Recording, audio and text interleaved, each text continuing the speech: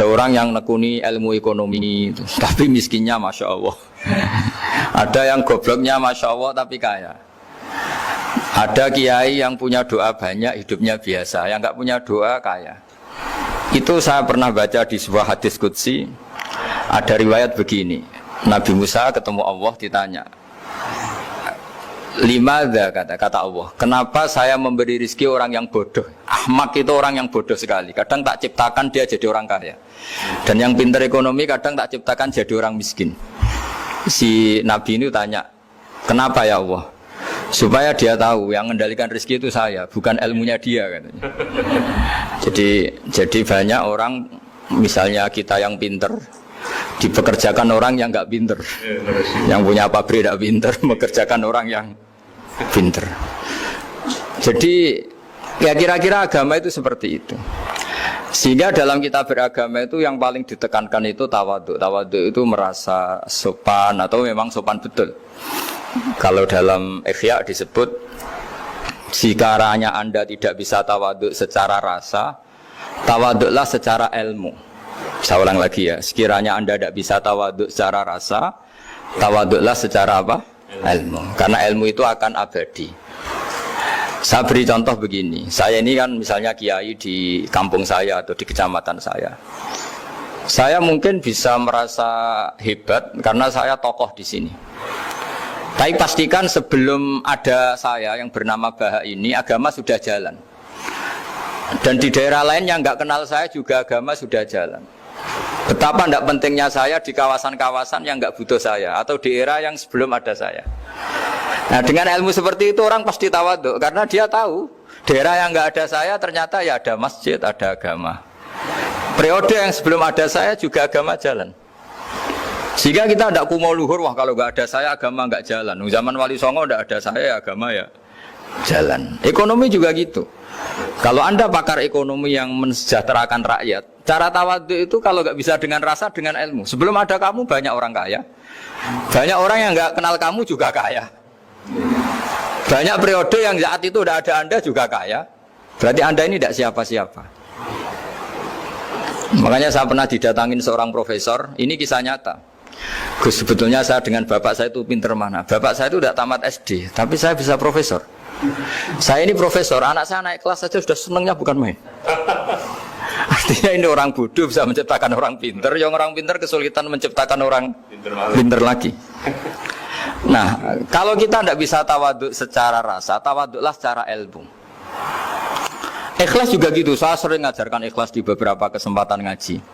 Kalau Anda tidak bisa ikhlas secara rasa, ikhlaslah secara ilmu, pasti bisa, bukan mungkin bisa, pasti bisa. Secara ilmu. Makanya di Quran disebut fa'lam annahu la ilaha illallah. Ilmu, fa'lam itu dari kata ilmu. Saya beri contoh, saya mulai kecil sampai sekarang. Sekarang saya sekitar umur 50 tahun. Mulai kecil sampai sekarang itu ya bilang kalau kertas ini putih. Itu ya ada yang gaji, ada yang bayar. Tapi saya selalu bilang kertas ini putih.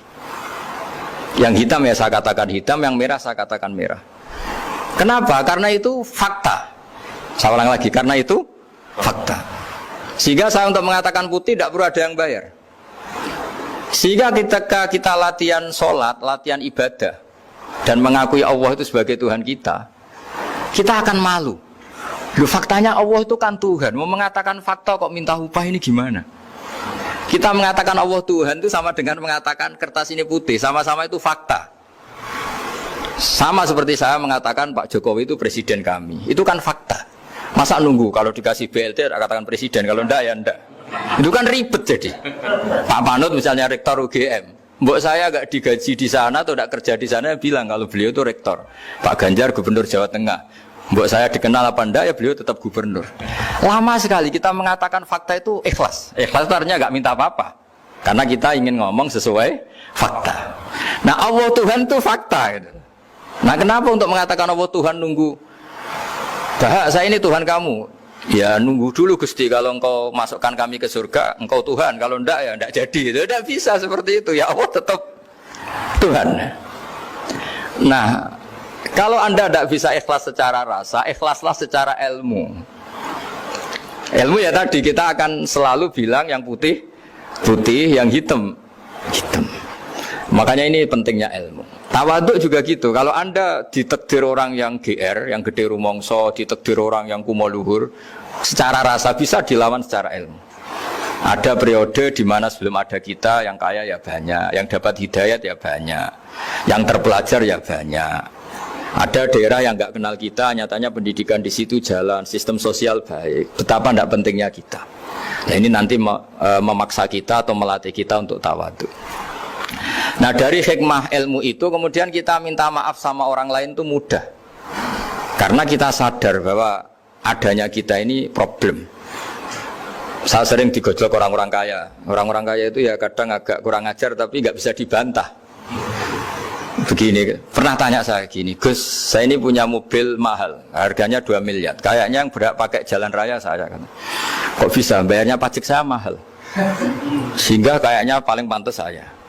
Yang naik ontel itu kan nggak bayar pajak, harusnya nggak boleh pakai jalan gitu. Terus saya bilang, mbah-mbahnya yang naik ontel itu pejuang, bapak kamu enggak, kata. Kamu nggak warisnya, kata. Artinya ada teori dalam kitab hikam itu kitab tasawuf dalam pesantren. Itu kebaikan saja di soal. Misalnya begini, kita ini bangga sebagai urip yang tertib, hidup yang tertib di kantor, di tempat-tempat pekerjaan. Tapi kalau itu semua terjadi, kalau ada kecelakaan di jalan itu nggak ada yang nolong langsung. SAR paling efektif, tim penolong paling efektif ya orang-orang nganggur itu. Orang-orang yang di jalan-jalan di perapatan itu kalau ada kecelakaan langsung nolong. Itu nanti ambulan itu yang kedua, ketiga, yang nolong pertama ya orang-orang yang nganggur-nganggur di jalan itu. Ada orang tersesat nolong. Maka ketika seorang sahabat tanya, ya Rasulullah, kalau engkau melarang kita jagongan di jalan, itu kita tidak bisa. Tapi kata Nabi, ya silahkan saja, tapi adu haqqat thoriq, hak kamu di jalan itu datangkan. Apa itu?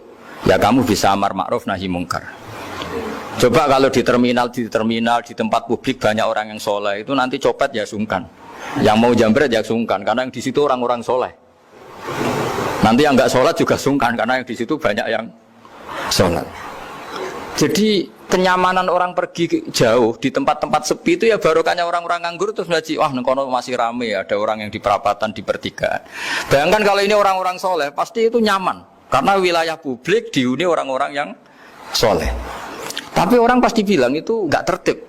Kita inginnya hidup ya tertib di kantor atau yang suka di masjid di masjid. Tapi kalau itu terjadi, itu nggak ada tim SAR gratis yang setiap saat kalau ada orang kecelakaan nolong. Makanya dalam makalah hikam itu paling masyhur diantaranya itu manusia itu siapa? Manusia itu mangkanat mahasinuhu masawiyah, fakih falatakun masawihi masawiyah. Manusia itu orang yang saat baik saja ada salahnya, apalagi pas salah. Jadi kalau kamu punya toko lagi laris dan saat laris itu Anda ngerumat keluarga Anda melakukan kebaikan pada keluarga Anda, pasti ada toko lain yang termahjubkan, yang tersingkirkan. Makanya saya pernah diskusi sama kiai besar, guyonan sama saya. Kita kalau kiai besar sebaiknya kalau diundang di musala kecil datang apa enggak? Kata kiai yang satu, jangan datang Gus, itu jatahnya kiai kecil. Terus kata yang satu, datang Gus sebagai bukti tawaduk bahwa kita kiai besar pun mau diundang yang kecil. Akhirnya kita ini ya kadang datang kadang enggak, karena kadang kita enggak datang supaya jatah rezeki kiai kecil enggak terambil. Kadang ya mau datang supaya dikira tawaduk. Makanya kalau seorang profesor sering turba di bawah itu ya kasihan yang S1, SPDI itu kan nanti enggak jadi bintang kalau profesornya sering turun. Kalah terus gitu. Jadi kadang-kadang itu orang itu harus berpikir secara ilmu, jangan rasa terus.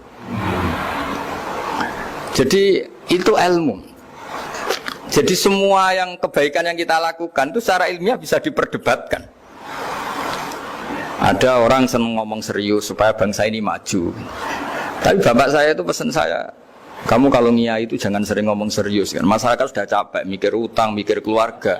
Udah gitu sowan kiai dijak ngomong serius lagi nanti capek kan. Sehingga kiai-kiai dulu itu kalau ketemu orang ya guyon terus. Karena tahu masyarakat sudah capek. Sudah banyak yang takut tanggal kredit gitu.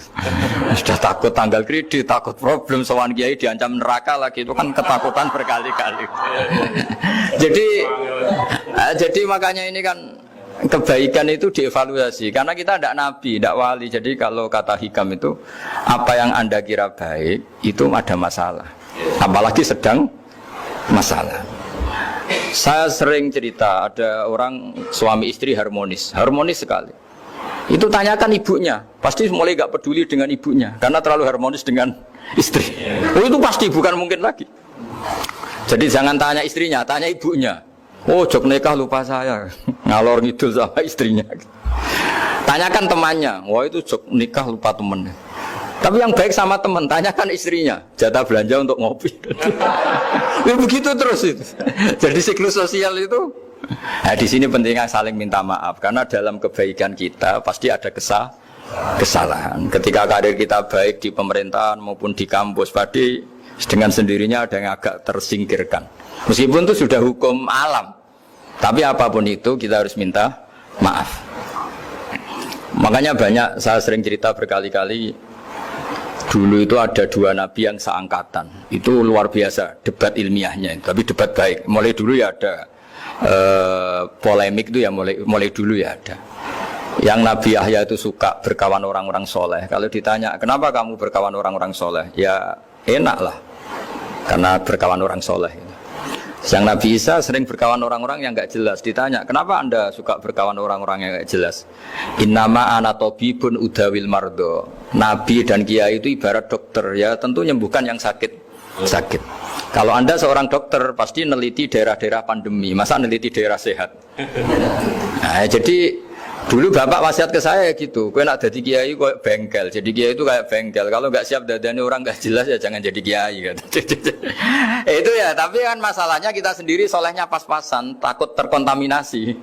Jadi yang jelek bukan jadi baik, kita yang baik jadi jelek. Nah itu kan mulai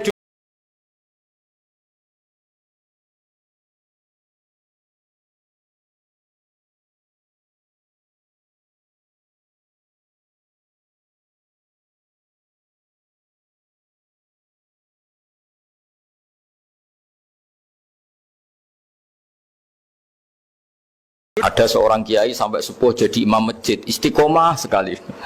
Dulu bapak saya itu guyu. Ya istiqomah, tapi wong liya terus ra iso dadi kader. Jadi calon-calon kiai ini sudah putus asa karena nggak pernah punya kesempatan jadi imam. Jadi di balik istiqomah itu ya ada memahjubkan orang lain. Makanya alhamdulillah di Indonesia itu ada pegawai pensiun. Kalau ndak habis itu. Karena yang anyar-anyar itu mesti ini kurang pengalaman, ini kurang senior. Tapi barokahnya ada pensiun kan gantian. Tapi masalahnya di dunia kiai itu udah ada pensiun. Tambah sepuh tambah mantap, tambah sepuh tambah mantap. Nah itu sebaiknya ya mulai mundur-mundur sedikit dari imam masjid itu. Ya nyari-nyari yang lain lah supaya ada kaderisasi, ada. Jadi intinya itu di balik kebaikan yang kita lakukan pun itu ada masalah sehingga kita butuh istighfar. Di sini pentingnya dawuhnya para wali-wali, dulu ada istilah wastighfaruna yahtaju ilal istighfar. Ketika kita minta maaf, sebetulnya minta maaf sendiri itu butuh minta maaf lagi. Minta maaf lagi itu butuh minta maaf lagi. Misalnya saya dengan Mas Hilmi ini akrab, pernah pakai uangnya misalnya. Itu kadang kita bayar itu malah tersinggung, kok kayak orang lain saja bayar. Minta maaf juga gitu. Kalau kamu punya teman akrab terus minta maaf resmi itu tersinggung. Kayak wong liya ae jaluk sepuro. Jadi kadang jaluk sepuro itu malah masalah. Itu kan sama, kamu punya teman akrab terus kalau mau main assalamualaikum, saged masuk napa boten? Angsal boten. Boleh enggak main? Itu mesti teman kamu tersinggung. Kok kayak orang lain saja. Artinya ketika Anda merasa benar karena protokoler ketika masuk ke teman, ternyata itu salah. Teman kamu maunya enggak protokoler karena sudah akrab. Tapi ketika kita merasa akrab, ternyata selonang-selonang dianggap problem, kita tidak pernah tahu. Nah di sini kata ulama-ulama, minta ampun itu kebutuhan manusia, karena dalam kebaikan kita pasti ada kesalahan. Makanya disebut wastighfaruna yahtaju ilal istighfar.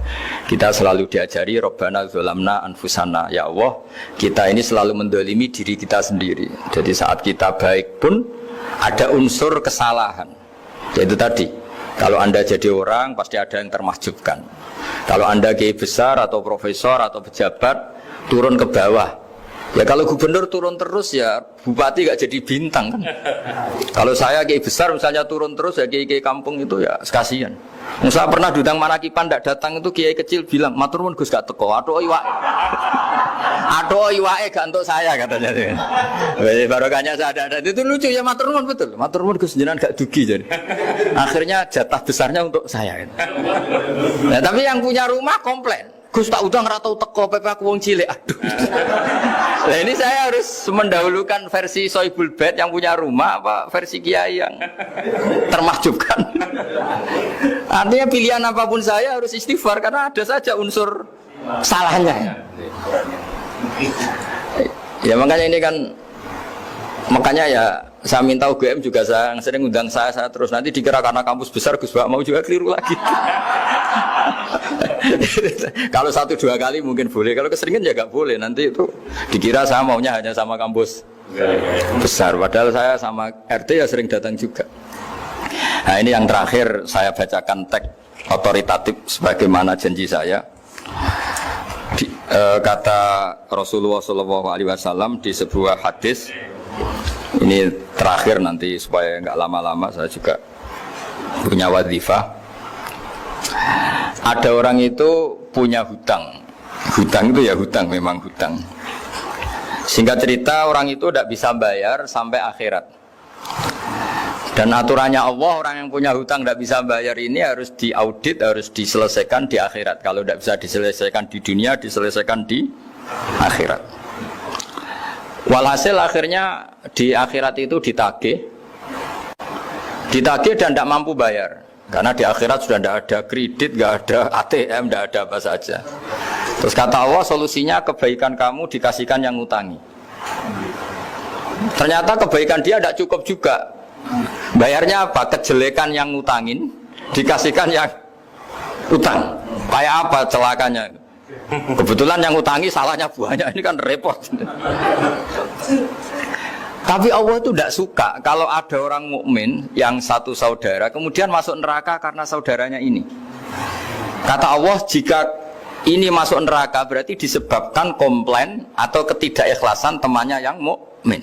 Masa orang mukmin menyebabkan mukmin yang lain masuk neraka? Allah tidak ingin. Makanya diantara nikmatnya beragama itu ukhuwah, persaudaraan. Baik persaudaraan atas nama iman atau atas nama kebangsaan atau atas nama kemanusiaan. Akhirnya si yang ngutangi ini tadi, jangan dibahasakan kreditur nanti kita kayak bank, pokoknya yang ngutangin lah nanti. Ya bahasa gampangnya yang ngutangin, karena tidak semua orang ngutangnya sama bank. Sama Allah ditunjukkan satu surga yang luar biasa. Nanti tak baca teks Arabnya ya supaya dapat berkahnya bahasa Arab. Terus saking mewahnya surga itu si yang ngutangin tanya, ya Allah itu untuk nabi siapa? Karena semewah itu pasti untuk kelas nabi. Atau untuk wali siapa? Katanya, terus kata Allah, sabda Allah, untuk siapapun yang mampu membeli. Lalu siapa yang bisa membeli surga semewah itu? Kamu bisa. Terus dengan apa ya Allah? Kamu mengampuni teman kamu itu, kamu bebaskan dari utangnya. Nanti tak kasih surga itu. Terus akhirnya sama Allah, kata orang itu, ya Allah saya bebaskan. Ya sudah kamu berdua masuk surga.